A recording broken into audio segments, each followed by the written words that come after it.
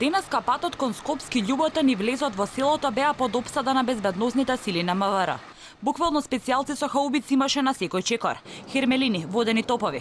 Епилог од акцијата на финансиската полиција, која побарала специјалците да ја асистираат, е само 4 лица повикани на информативен разговор, а потоа пуштени дома. Акцијата финансиската полиција ја правда дека имале сознание за увезен тутун од странски држави, преработуван и препродаван во Македонија без бандерола.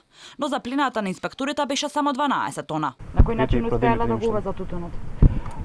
Преку правни субјекти кои што тие ни се таргет на проверка, апсолутно не ни се таргет на проверки, значи физичките лица кои што за жал, значи купиле од тие правни субјекти одредена количина на тутун кој што нормално не е дозволено да се продава и да се купува и да се реши.